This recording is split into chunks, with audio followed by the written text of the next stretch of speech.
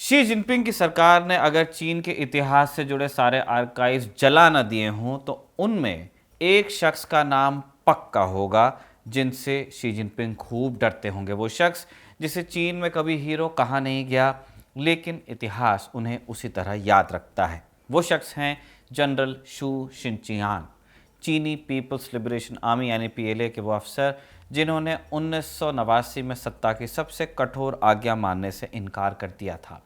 जब Tiananmen square में हजारों छात्र, मजदूर और आम नागरिक जमा थे, तब चीन की कम्युनिस्ट पार्टी ने तय कर लिया था कि सवालों का जवाब गोलियों से दिया जाएगा। उसी वक्त जनरल शिनचियान ने कहा था कि सेना जनता पर गोली चलाने के लिए नहीं बनी। उन्होंने टैंक्स भेजने से मना कर दिया था। उन्होंने चीनी सरकार के आदेश पर दस्तखत भी नहीं किए और उसी पल अपने करियर, अपनी आज़ादी और शायद अपनी ज़िंदगी तक को दांव पर लगा दिया। तियानमेन स्क्वायर की वो रात चीनी सत्ता का सबसे बुरा अध्याय है। सड़कों पर टैंक्स की गड़गड़ाहट थी, गोलियों की आवाज़ थी और खून से भीगी वो ज़मीन थी जिसे आज भी चीन स्वीकार नहीं करता। चीन की सरकार ने कह दिया कि कानून व्यवस्था बहाल की गई है, लेकिन दुनिया ने देखा कि निहत्थे लोगों को कुचला गया, प्रदर्शन कर रहे छात्रों पर गोलियां चली। उसी क्रूरता के बीच शू शिनचियान ने कहा था कि यह आदेश गैर कानूनी है। इसके बाद जो हुआ वो किसी भी तानाशाही व्यवस्था का क्लासिक उदाहरण बन गया। जनरल शू का कोर्ट मार्शल किया गया बंद कमरे में। सामने उनके फौज के 4 जज बैठे। उनके शब्द रिकॉर्ड किए गए लेकिन जनता से छिपाए गए। दशकों तक उन शब्दों को, उस बातचीत को इतिहास से मिटाने की कोशिश की गई या दूर रखने की। चीन ने अपने स्कूलों में तियानमेन की घटना भी नहीं पढ़ाई। पूरे देश से उन जनरल की असहमति को भी कोसों दूर रखा। लेकिन जैसा कि कहते हैं, इतिहास कभी पूरी तरह दफन नहीं होता। अब 2025 में अचानक जनरल शू के कोर्ट मार्शल का वीडियो लीक हो गया है। 6 घंटे 19 मिनट का वीडियो है। इसमें जनरल शू शांत आवाज़ में बता रहे हैं कि उन्होंने गोली चलाने से क्यों मना किया, सेना भेजने से क्यों मना किया। ये वीडियो सिर्फ एक पुराने केस का दस्तावेज नहीं है, ये शी जिनपिंग के चीन के लिए एक आईना है, क्योंकि आज का चीन भी उसी डर पर टिका हुआ है। सवालों का डर, सच का डर और उस पल का डर जब सिस्टम के अंदर से कोई कह दे कि सर आपने जो आदेश दिया है वो गलत है। अगर ऐसी स्थिति बन जाए तो शी जिनपिंग जैसा जो टोटलिटेरियन कंट्रोल चाहने वाले लोग हैं उनको डर लगना ही चाहिए। इस चीनी अफसर का ये वीडियो आने से जिनपिंग की टोटल कंट्रोल वाली छवि को धक्का तो लगा ही है कि चीन में सब सही चल रहा है। वीडियो बाहर आने से एक तो चीन की क्रूरता दुनिया को पता चली, सुना सबने था। अब उन्होंने देख भी लिया कि आम जनता पर गोली न चलाने पर एक जनरल के साथ चीन क्या करता था, क्या करता है। ये वीडियो सबूत है कि one party one nation but no proper election के सिद्धांत पर चलने वाले चीन में भी असहमति रही है और अब भी वहां लोग हैं सिस्टम में जो इस वीडियो को दुनिया के सामने लाने का रिस्क ले रहे हैं, क्योंकि लीक तो ये अंदर से ही हुआ है। तियानमेन स्क्वायर की घटना डेंग जियाओपिंग के दौर में हुई थी, जो 3 फादर्स माने जाते हैं। उनमें से बीच वाले पहले माओ जिन्होंने जन्म दिया, डेंग जियाओपिंग जिन्होंने मॉडर्नाइज किया, शी जिनपिंग जिन्होंने चीन को अपनी बॉर्डर्स के बाहर तक के पसारा, बेल्ट एंड रोड मजबूत किया, सुपर पावर बनाया। तो ये चेन आपको बताती है कि डेंग जियाओपिंग के बाद शी जिनपिंग ही चीन के उतने कॉन्सिक्वेंशियल लीडर बन के उभरे। 2013 से अब तक सत्ता में है। अब तक उन्होंने दर्जनों मिलिट्री जनरल्स को या तो हटा दिया है, गायब भी करवा दिया, कुछ को तो पता नहीं चला कहाँ गए। अगस्त 2025 में ब्लूमबर्ग ने इस सिलसिले में एक विस्तृत रिपोर्ट पेश की थी। उस रिपोर्ट के मुताबिक जिनपिंग ने अपने तीसरे टर्म में ही 14 सीनियर मिलिट्री अफसर्स को गायब करवा दिया। क्या ये सिर्फ असहमत होने वाले लोग थे, या जैसे जिनपिंग कहते हैं ये सो कॉल्ड करप्ट लोग थे?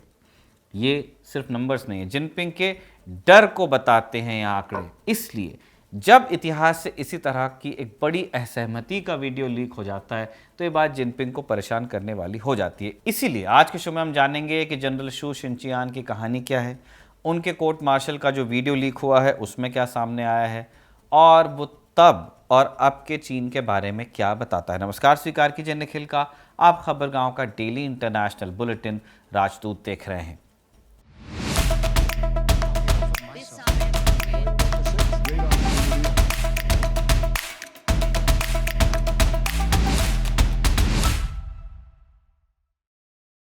जनरल शू की पैदाइश अगस्त 1930 की है। गरीब परिवार से आते थे, फ्रूट वेंडर मतलब फलों की थड़ी लगाने वाला परिवार था। उस समय चीन में कुओमितांग का राज था। चांग काई शेक राष्ट्रपति थे। चीन में क्रांति की ज़मीन तैयार हो रही थी। माओ बड़े नेता के रूप में उभर रहे थे। बचपन इनका युद्ध, भूख और अस्थिरता के साए में बीता। जापान ने आक्रमण किया, फिर गृह युद्ध हो गया और उसके बाद कम्युनिस्ट सत्ता का उभार हुआ।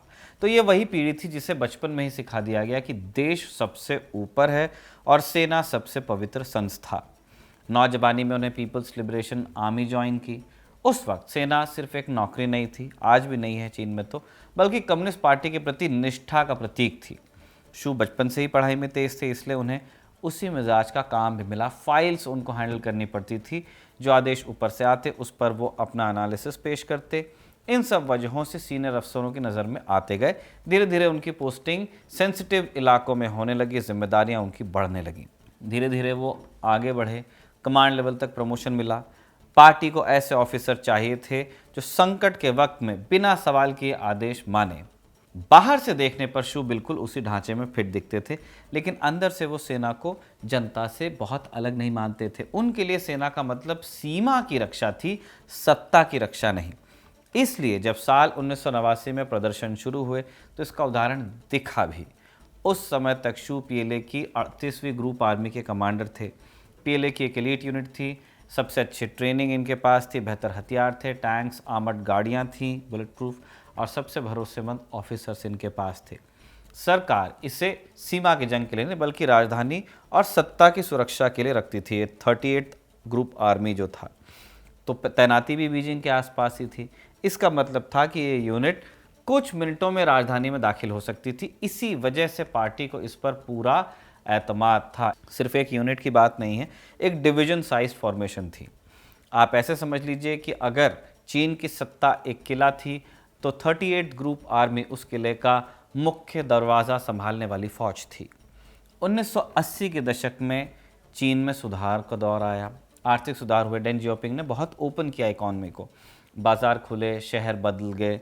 लेकिन जो पॉलिटिक्स थी चाइना की टोटल कंट्रोल वाली, वो तो वैसे ही रही। भ्रष्टाचार बढ़ रहा था, पार्टी अफसर अमीर पे अमीर हो रहे थे और आम लोग, खासकर पढ़े लिखे नौजवानों को लगने लगा था कि उन्हें सिर्फ काम करने की आज़ादी दी है डेंग जियाओपिंग ने, सोचने और बोलने की आज़ादी तो नहीं है। इसी बेचैनी के बीच एक नाम चीन में बहुत मशहूर हुआ, हु याओबांग। कम्युनिस्ट पार्टी के ही नेता थे, एक समय सीसीपी के जनरल सेक्रेटरी रहे थे। सीसीपी के दूसरे नेताओं की तुलना में कुछ उदार समझे जाते थे, चीन में रिफॉर्म लाना चाहते थे, स्टूडेंट्स के बीच बड़ा नाम था। जब 1987 में उन्हें हटाया गया और अप्रैल 1989 में उनकी मौत हो गई तो छात्रों ने उन्हें याद करने के लिए बीजिंग के तियानमेन स्क्वायर में इकट्ठा होना शुरू किया और यहीं से आंदोलन की चिंगारी जली। शुरुआत में यह कोई सत्ता गिराने का आंदोलन नहीं था। वैसे भी चीन इतना बड़ा है, उसकी सिर्फ कैपिटल जो एक शहर है, वहाँ पे एक आंदोलन से आप पूरे देश की सरकार नहीं पलट सकते। छात्र लेकिन इतना चाहते थे कि सरकार उनसे बात कर ले, भ्रष्टाचार पर लगाम लगे, प्रेस को कुछ आज़ादी मिले, नेताओं के जवाबदेही तय हो। बीजिंग की यूनिवर्सिटीज़ से फिर छात्र तियानमेन पहुँचे। हाथों में उनके पोस्टर थे, नारों में लोकतंत्र का जिक्र था।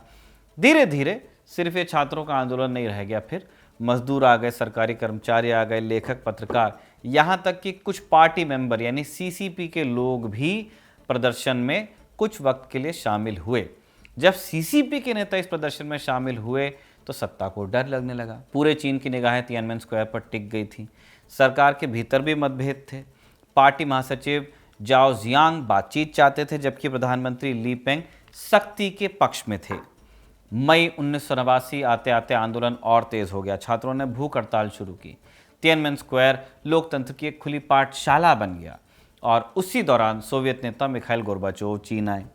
पूरी दुनिया की प्रेस भी साथ में आई। फिर उनके तो कैमरों के सामने चीनी सत्ता असहज हुई। उससे लगा कि अब अगर हम झुकते हैं तो पार्टी की पकड़ कमज़ोर दिखेगी। पर्दे के पीछे फिर फैसला लिया गया कि आंदोलन को अब किसी भी कीमत पर ख़त्म किया जाएगा। 3 और 4 जून 1989 की रात वो मोड़ आया जिसने इतिहास को बदल दिया। फिर सेना को राजधानी में उतारा गया, टैंक्स आगे बढ़े, गोलियां चली। टैंक वाली वो बड़ी मशहूर तस्वीर भी है कि एक टैंक कॉलम आ रहा है और उसके सामने एक व्यक्ति खड़ा है। कौन था नहीं पता चला कभी। कितने लोग मारे गए आज तक चीन स्वीकारता नहीं कि सैकड़ों थे, हजारों थे। सच दबा हुआ है। तिएनमेन स्क्वायर और उसके आसपास की सड़कों पर निहत्थे लोगों को मारा गया और सुबह तक इलाका खाली करवा लिया गया। आज चीन में तिएनमेन का नाम नहीं लिया जाता है, उस घटना का किताबों में जिक्र नहीं है, इंटरनेट पर आप सर्च नहीं कर सकते विद इन चाइना। लेकिन अब इंटरनेट पर उसी प्रोटेस्ट से जुड़े एक सैनिक का वीडियो चल रहा है जिसका जिक्र हमने शुरू में किया था, जनरल शू का video. New York times, the guardian जैसे अमेरिकी और ब्रिटिश अखबारों में इस वीडियो पर लंबे लंबे लेख लिखे जा रहे हैं। वीडियो किसने लीक किया है एग्जैक्टली इसकी जानकारी किसी के पास नहीं है, बहुत रिस्क भी है। लेकिन आज से 4 हफ्ते पहले इसको यूट्यूब पर डाला गया था। 26 नवंबर 2025 को जापान से चलने वाले एक यूट्यूब चैनल पर यह वीडियो दिखा। ये चैनल है वांग जियान नाम के एक चीनी पत्रकार का, जो सुरक्षा कारणों के चलते चीन छोड़ चुके हैं और जापान से काम करते हैं। उनके चैनल के बाद कई और दूसरे यूट्यूब चैनल्स ने भी इस वीडियो को अपलोड किया, जिसे दसियों लाख लोग देख चुके हैं। लेकिन अभी तक इसके असल सोर्स का पता नहीं लग पाया है कि सबसे पहले वीडियो किसने डाला, या जिन लोगों ने वीडियो पब्लिश किया उन्हें चीन के भीतर से वीडियो किसने दिया। वीडियो में क्या है, अब इस पर आते हैं। सबसे पहले तो हमें यह समझना होगा कि जब 1989 में तिएनमेन स्क्वायर वाली घटना हुई थी, तभी ये बात पब्लिक डोमेन में आ गई थी कि चीन के सेना के कुछ अफसरों ने, कुछ जनरलों ने हुक्म उदूली की थी, यानी कि चीनी सरकार का जो सत्ता का जो आदेश था उसको मानने से इनकार किया था। लेकिन इस क्लैरिटी के साथ में कभी ये बात बाहर नहीं आई थी, इसको गॉसिप समझा जाता था। ऐसा कहा जाता है कि कुछ आर्मी जनरल्स ने और अफसर्स ने तिएनमेन स्क्वायर में छात्रों को विजिट किया था, उनका समर्थन जताया था। लेकिन जिस ग्राफिक डिटेल के साथ में जनरल शू के कोर्ट मार्शल में हमको पता चलता है कि क्या हुआ था, किसने मना किया था, कब किया था, ये जानकारियाँ अब सामने आई हैं। जनरल शू का वीडियो शुरू होता है तो आपको 4 जज वीडियो में दिखेंगे। एक जज माइक लेता है और कहता है कि कार्रवाई शुरू की जाए। फिर एक जज सामने खड़े आर्मी ऑफिसर को एक कागज़ सौंपते हैं, जिसके बाद 2 आर्मी ऑफिसर्स जनरल शू को लेकर आते हैं। जनरल शू सिविल ड्रेस में आते हैं, कटघरे में खड़े होते हैं। पहले जज पूछते हैं कि जनरल शू आपका कोई और नाम भी है क्या, आलियास। जवाब देते हैं नहीं। उम्र क्या है, कब पैदा हुए थे, जवाब आता है अगस्त 1935 में पैदाइश हुई। एथनिक ग्रुप क्या है, जनरल शू जवाब देते हैं हान। उसके बाद जज जनरल शू से उनकी निजी ज़िंदगी के बारे में ढेरों सवाल पूछते हैं कि नेटिव प्लेस क्या है, कहाँ पैदा हुए, क्या काम किया, क्या पढ़ाई की वगैरह। इसके जवाब में जनरल शू शांति से जवाब देते रहते हैं। वीडियो को गौर से देखने पर पता चलता है कि जो ये मिलिट्री जजेस हैं जनरल शू को ओवर पार करने की लगातार कोशिश करते हैं, लेकिन शू संतुलित रहते हैं। फिर माइक दूसरे जज के पास आता है, वो सवाल पूछते हैं आपका जो रेसिडेंस था वो सर्विलेंस पर कब डाला गया। जवाब आता है 11 सितंबर 1989। फिर माइक वापस पहले वाले जज के पास जाता है और फिर असल सवाल आता है कि जनरल शू आपको किस जुर्म में गिरफ्तार किया गया। जनरल शू एक ही लाइन में उत्तर देते हैं, मार्शल लॉ ऑर्डर न मानने की वजह से, हुक्म उदूली। फिर माइक तीसरे जज के पास जाता है, वो कहते हैं कि जनरल शू आप आराम से बैठिए, हाथ नीचे रखिए। लहजा आपको बताता है कि ये बात आदर में नहीं गुस्से में कही गई है। कुछ देर बाद एक जज खड़े होते हैं और वो शू पर लगाए गए आरोप पढ़ने लगते हैं, बताते हैं कि कैसे उन्होंने सेना के आदेश को मानने से इनकार किया। वीडियो पूरा 6 घंटे का है, पूरा वीडियो हम एक्सप्लेन यहाँ तो कर नहीं सकते, यूट्यूब पर जाकर आप देख सकते हैं, हम आपको पॉइंटर्स ब्रीफ में बता देते हैं। जब मुकदमा चल रहा था तब जनरल शू 55 साल के थे। सारे रैंक्स और जो उनकी सुविधाएं थी उससे उनको स्ट्रिप कर दिया गया था। 15 साल की उम्र से वो सेना में काम कर रहे थे और 1988 में मेजर जनरल रैंक तक पहुंचे थे। जनरल शू को तुरंत गिरफ्तार नहीं किया गया था। मार्शल लॉ न मानने के इल्ज़ाम में 9 जनवरी 1990 को उन्हें औपचारिक रूप से गिरफ्तार किया गया था, इससे पहले सर्विलेंस पे थे। इस वीडियो में 18 मई की एक मीटिंग का भी विवरण है जो जनरल शू के विद्रोह का केंद्र थी। शू को किडनी स्टोन था और उस वजह से वो अस्पताल में भर्ती थे। 18 मई की दोपहर उन्हें एक बड़े अफसर का फ़ोन आया, उन्हें मिलिट्री हेडक्वार्टर बुलाया गया।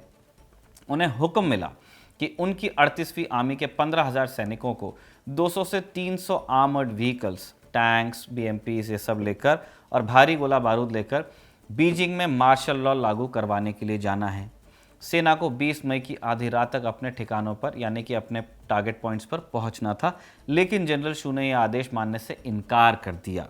वीडियो में जनरल शू अपनी असहमति के पीछे कई कारण बताते हैं। शू तर्क देते हैं कि सेना की तैनाती का फैसला सेंट्रल मिलिट्री कमीशन CMC कैसे ले सकता है, ये तो पार्टी का फैसला हुआ, ये जिम्मेदारी सेना को हुक्म देने की जिम्मेदारी नेशनल पीपल्स कांग्रेस, एनपीसी और स्टेट काउंसिल जैसे इंस्टीट्यूशन की है, लेजिस्लेचर की है। जनरल शू कहते हैं कि वो ऐसा कोई काम नहीं करना चाहते थे जो इतिहास की कसौटी पर खरा न उतरे। कहते हैं वो कि इस आदेश को मानकर शायद मुझे मेरिट मिल जाए, लेकिन मैं इतिहास का गुनहगार बनकर नहीं मरना चाहता था। जनरल शू ने सवाल उठाया कि जब आम जनता और प्रदर्शनकारी एक साथ मिले हों तो फौज किससे निशाना बनाती? ये कोई जंग तो नहीं थी जहां दुश्मन साफ साफ नजर आता सामने। जनरल शू के मुताबिक मार्चिंग ऑर्डर्स मिलने के बाद उन्होंने पॉलिटिकल कमिश्नर को फ़ोन किया और बताया कि उन्होंने हुक्म आगे बढ़ाया है, लेकिन वो खुद इसमें शामिल नहीं होंगे, कार्रवाई का हिस्सा नहीं बनेंगे, और इतना कहकर वो अस्पताल चले गए। वीडियो में जनरल शू से ये भी सवाल किया गया कि आपने आदेश न मानने की बात विदेशी मीडिया को बताई थी क्या? जो मैं उस गॉसिप की बात कर रहा था कि ये उसी टाइम आउट हो गया था कि किसी ने हुक्म उदूली की है, किसी ने छात्रों का समर्थन किया था, सेना से भी। कहा गया आगे कि इससे चीन की दुनिया भर में फजीहत हुई है। जनरल शू का कहना है कि उन्होंने ऐसा नहीं किया, उन्होंने फॉरेन मीडिया से बात नहीं की। वीडियो के अंत में जनरल शू अपनी दलीलें पेश करते हैं। कहते हैं कि कम्युनिस्ट पार्टी का संविधान एक सदस्य को अपनी राय रखने और नेतृत्व के गलत फैसलों पर असहमति जताने का अधिकार देता है। उन्होंने ऐसा फैसला इसलिए किया क्योंकि वो शांतिपूर्ण और राजनीतिक समाधान ढूंढना चाहते थे ताकि आम नागरिकों की जान न जाए। उन्होंने स्वीकार किया कि उनकी सोच पार्टी के उस समय के फैसले से अलग थी और वो अपनी अंतरात्मा के विरुद्ध नहीं जा सकते थे। कोर्ट मार्शल के समय तक शू को आर्मी से निकाल दिया गया था, उनसे पार्टी की सदस्यता छीन ली गई थी, सभी रैंक्स उनके ख़त्म हो गए थे, कई साल की कैद हुई, लेकिन चीनी दस्तावेज़ों में 5 साल का ही जिक्र मिलता है। सज़ा पूरी करने के बाद भी बाकी की ज़िंदगी सर्विलेंस में ही बीती। 8 जनवरी 2021 को जनरल शू का निधन हो गया। एक गुमनाम व्यक्ति की तरह इस दुनिया से चले गए। अंतिम संस्कार की कोई तस्वीर नहीं आई या आने नहीं दी गई, ये भी कह सकते हैं। सत्ता और ज़मीर के टकराव की ये कहानी हमेशा हमेशा याद रखी जाएगी। तियानमेन में गोली चलाने वालों के नाम चीन ने रिकॉर्ड से मिटा दिए, लेकिन गोली न चलाने वाले एक अफसर का नाम आज दशकों बाद दुनिया जान रही है। जनरल शू शिनचियान को चीन ने कभी हीरो नहीं कहा, न कोई मेडल दिया, न कोई स्मारक बनवाया, लेकिन इतिहास अक्सर वही करता है जो तानाशाह नहीं करना चाहते। वो चुपचाप तय करता है कि किसे याद रखा जाएगा और किसे धूल की तरह उड़ा दिया जाएगा। शू शिनचियान ने उस रात सत्ता का साथ नहीं चुना, इंसानियत का चुना, और शायद इसलिए तानाशाही को सबसे ज़्यादा डर जनरल शू जैसे लोगों से ही लगता है, उनके वीडियो से भी लगता है, उस आदमी से डर लगता है जो सिस्टम का ही हिस्सा है लेकिन सही वक्त पर ना कहने का साहस करता है। इसी नोट पर हम राजदूत के इस एपिसोड को कंक्लूड करते हैं। इसे साजिद ने लिखा और इरशाद ने रिकॉर्ड किया। आप देखते रहिए खबरगांव।